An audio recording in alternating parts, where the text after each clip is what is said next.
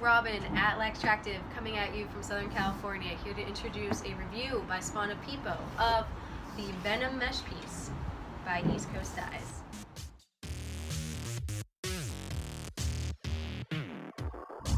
What's up guys, People here, and today's video is going to be about this. The new Venom Women's Mesh Runner from ECD.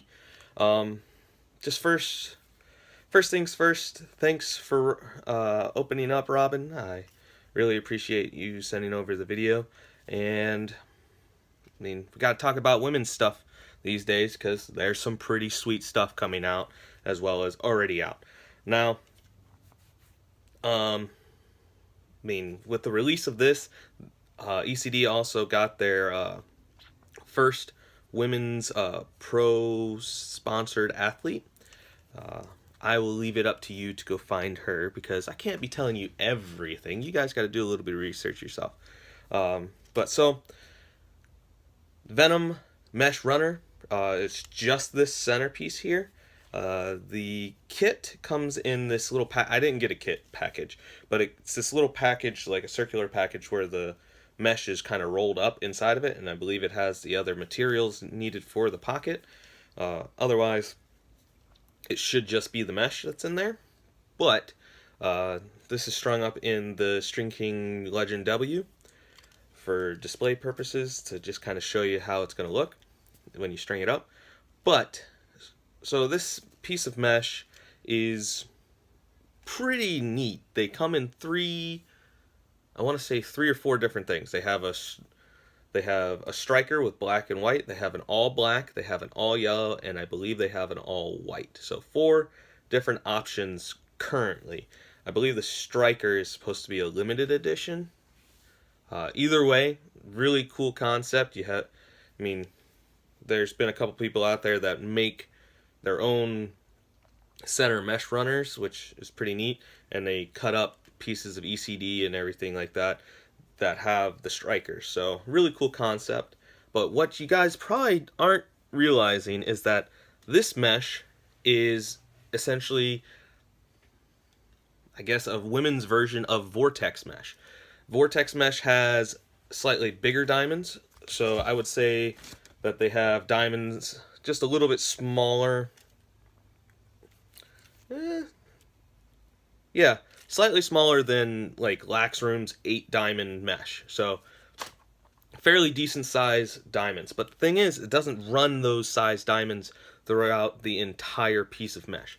It only does it for, let's see, just to be super accurate here, it goes through 1, 2, 3. Yeah. 3 or 4 rows of diamonds across, right in the sweet spot. So the big concept that a lot of people completely and utterly miss when they're trying to string up a woman's pocket is that the sweet spot is always going to be up here. If you see a woman's pocket that's strung to where the pocket's down at the bottom, more than likely somebody that has no idea how to string a woman's pocket is like, oh, this is going to help them hold the ball, blah, blah, blah, blah. No. No. What was that, a motorboat? Anyway, that is not the concept that you need to follow with a women's pocket. Women's pocket, you need to have that sweet spot up high, okay? Whether it's mesh or a traditional style pocket or a hybrid pocket like this one is. The sweet spot is supposed to always be up top. So pretty much always up in that top third of the head. So like that. If the ball's sitting right around here, that's okay. But sweet spot's always going to be up here, okay? Sweet spot's always going to be up there. And with the mesh built specifically for that, can't ask for anything much better than that. Because even if you relatively string it just a little too tight, the mesh is going to flare out just a little bit more where the sweet spot is with the Vortex style mesh here in the middle. As you can see, nice big diamonds. So that ball is going to sit naturally right there. And if you don't know which end that you're going to have, cool little thing that they do with ECD is they actually give you the little tag that says Venom Women's Mesh Runner on it, made in USA, ECD Lacrosse. It says bottom. So that's the bottom of the head. So you have a little bit of a tail there. That's the bottom, because that'll be your regular size diamonds. I guess you could say your 15 millimeter, 17 millimeter, whatever millimeter that they use nowadays. That's what it's going to be down at the bottom. Really cool thing is that if you know what you're doing with mesh, you can string this up as if it is a regular piece of mesh. So like if you were doing an all girls mesh pocket, you could string it up just the center, much similar, much to the same as I did with the all mesh. So if it was like a boy's head or all mesh girls, string up the top, exactly the same if you know what you're doing. And so it has the same attachment, really tight, really secure. You can't really go wrong with that. And then I didn't really follow what ECD does with some of their heads that they've been showing off. They've been having one of their connections going right to this diamond at the top, which works perfectly fine and everything. I just decided not to do it because it didn't really work with how this head is set up, because there's not sidewall holes closer to the top there. So I strung it just a little bit lower, but it didn't really take away from the sweet spot or anything. But if the head that you're stringing this into allows you to, I would definitely try and have a connection up top. That way you can definitely have a diamond count.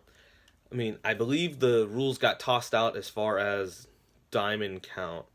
Like it used to be, or it still is, 8 to 12 diamonds running the length of the head, but because of this rule change where they allow mesh into the heads, I believe that's done away with the diamond count, which in turn allows you to have bigger diamonds if you have less diamonds.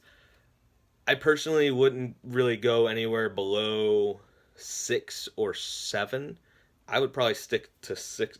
I would stick to maybe 7 diamonds for your side count here, just so that you have more control on consistency, because you're not able to have a deeper pocket even with this rule change.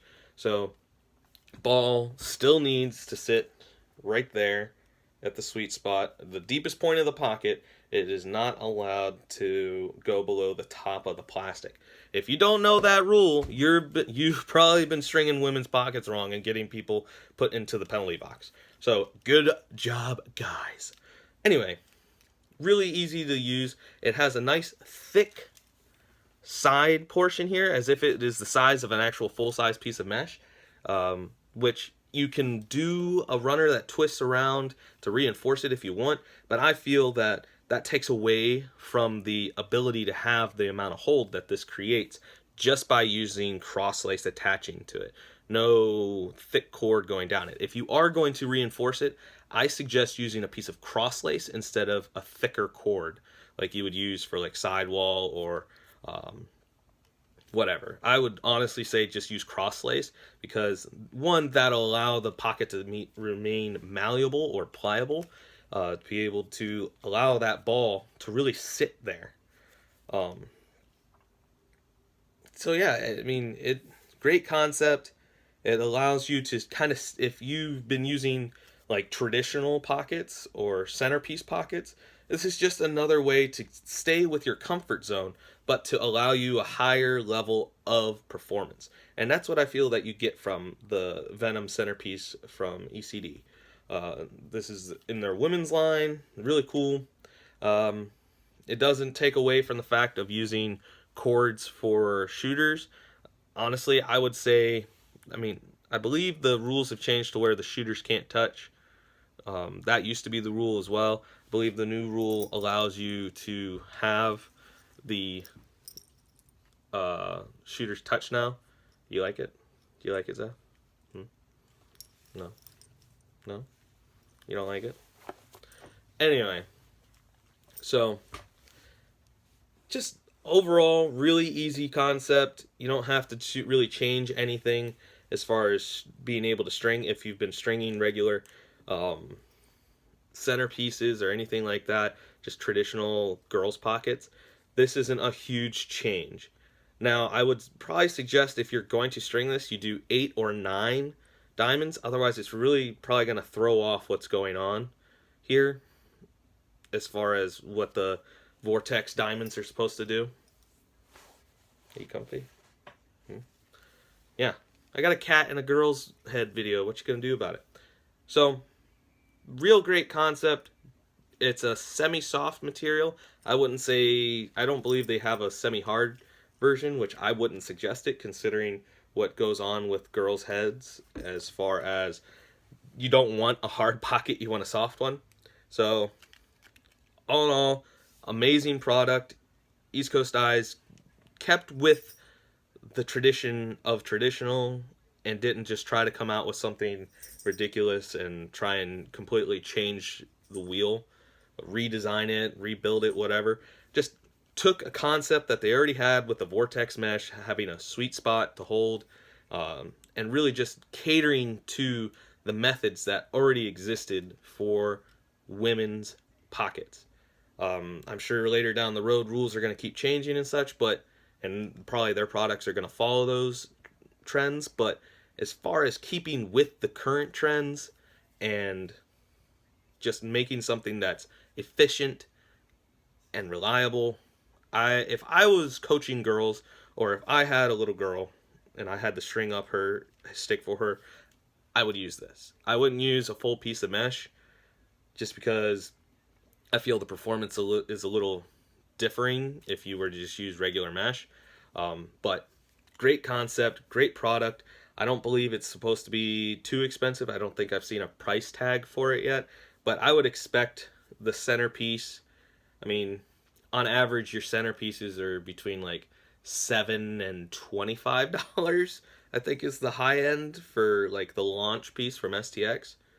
I mean, I haven't looked at the prices of centerpieces just because I haven't had to do them, because most of the girls that I do are traditional and they don't use a centerpiece. So I'm gonna guess maybe around 10 to 15. High end, maybe 20 if it's a package deal where you get leathers and string and everything. But if you don't get everything, I would say the centerpiece is going to sit around $10, maybe $15, which is a very fair price for something on this level of performance. So, leave down in the comments what you guys think. I think it's a great concept. I think it's a great product. I can't wait to see more of them out on the field. And yeah, thanks for watching, guys. I'll catch you later.